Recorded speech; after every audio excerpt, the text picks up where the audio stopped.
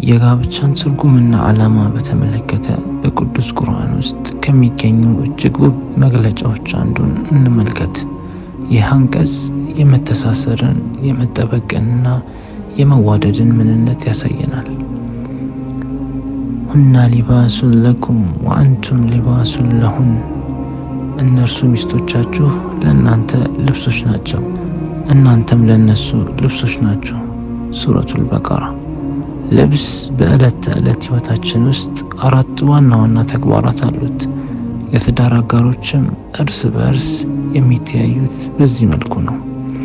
አንደኛው መሸፈን ሲሆን ልብስ ሰውነትን ይሸፍናል። በተመሳሳይ የትዳር አጋሮችም የሌላኛውን ጉድለት፣ ስህተትና ግላዊ ምስጢር ይሸፍናሉ። ይፋ አያወጡም፣ አያጋለጡም፣ እርስ በርስ ጋሻ ይሆናሉ። ሁለተኛው መጠበቅ ሲሆን ልብስ ከቅዝቃዜ፣ ከሙቀት እና ከውጭ አደጋ ይጠብቃል። ባልና ሚስትም እርስ በርስ ከኃጢአት፣ ከፈተናና ከውጭ ዓለም ግፊት ይከላከላሉ። ጋብቻ ሰላምና ደህንነት የሚገኝበት ምሽግ ነው። ሶስተኛው ደግሞ ማስዋብ ሲሆን ጥሩ ልብስ ሰውን እንደሚያስውብ ባልና ሚስትም እርስ በርስ ሕይወታቸውን ያስውባሉ። በጋራ መሆናቸው ክብራቸውንና ማንነታቸውን ከፍ ያደርጋሉ። አራተኛው ቅርበትና ሰላም ነው። ልብስ ለሰውነት እጅግ ቅርብ ነው። ይህ የሚያሳየው በትዳር ውስጥ ያለውን አካላዊና ስሜታዊ ቅርርብ ነው።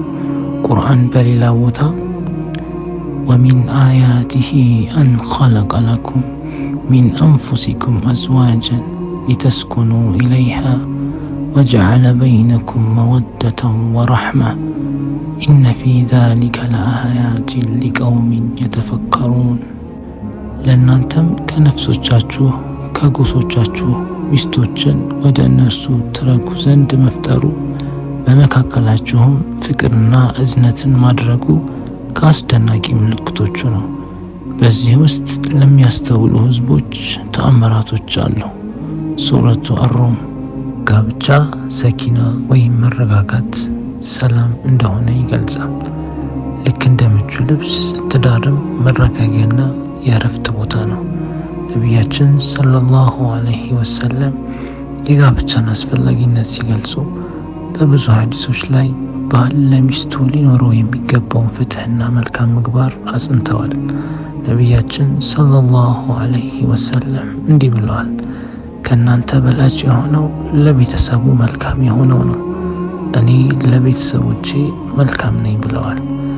ይህ የሚያሳየው የትዳር አጋርም በፍቅር በመተሳሰብና በፍትህ ማስተናገድ ታላቅ የእምነት መለኪያ መሆኑን ነው።